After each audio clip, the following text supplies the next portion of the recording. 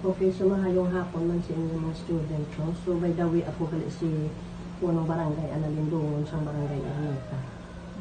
Meron lang ako kapduwa ka pamangkad sa inyo. Ano ang mga mostly na problem na naka-face sa inyong mga barangay? Okay, so mahayong hapon sa lahat. So actually, ang mga mostly na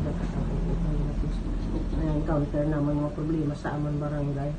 Una din siguro ang mga sala ba lang nga paghaboy sa mga basura o kung paglapta sa mga basura kung sa diin-diin lang. Tapos ang sa amon nga kalinaw kag katang sa amon barangay o kung sa amon na peace and order kag amo lang na siguro. Hana. So, kaya nandawig sa imo no, thank you sa imo nga tayo na ginatag sa amon. Gusto ka lang naman makilala no? So, maayong aga sa tanan. So, ako gali si John Lawrence Basal, SK Chairperson sa Barangay Ermita, Dumangas. Maya na kami tatlo ka lumangkad sa iyo. Una, ano ang mga mostly na problem na naka-face sa inyo barangay ka? Paano hindi nakasolusyon? So, mostly din naka-agyan yung mga problems. As a youth, syempre, ang amon as an SK, ang focus naman about sa youth.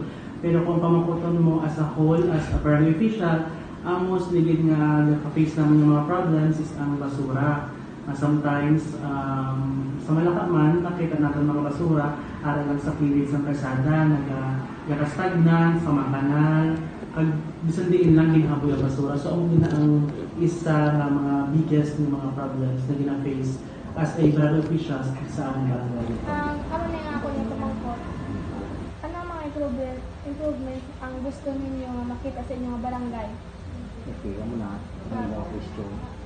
Ang number one dira ng mga gusto ko makita sa among barangay na ang mga minors dapat din madisiplina sa number one sa ginagalitan. Number two, masunod sila sa layi natin sa barangay na dapat 10 o'clock in the evening, wala na dapat sa nagalagaw.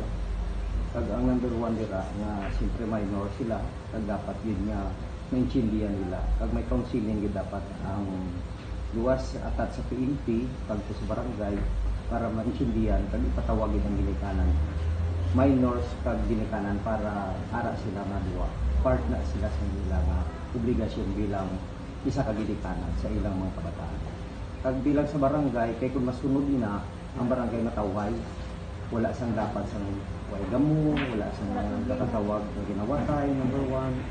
Tapos nila, siyempre, maintindihan sa kabataan nga kung ara sila sa isa kabutang nga hindi maayo, makagtubig nila sa hindi maayo, pamila na anong tawag sila nga, madagtan nila. Kaya kung maintindihan nila ang maayo, siyempre makatapos sila sa ilang eskwela, makaubra sila. Tapos, siyempre maka-success din sila sa uli. Mapahilayo din sila sa hindi maayo. Na, ano sila tawag niya? Kabuhi. Yun na. Ganyan sa barangay, bilang chairman sa committee on peace and order, damo na kita sa manahimik sila. Lahat ng pang kabataan, pag 10 o'clock in the evening, dapat wala na sila sa dalan. Ginapanaway na ito. Kagabay pa nga bilang isa ka kagawan, ang chairman sa committee on peace and order, ginamat-amat na ito nila sila. Pag ang mga ginikanan, ginapatawag na ito na, ginapainsindilit kung ano pwede nila nga mo sa mga kabataan. So, thank you to sa time. Welcome, Gid. Welcome.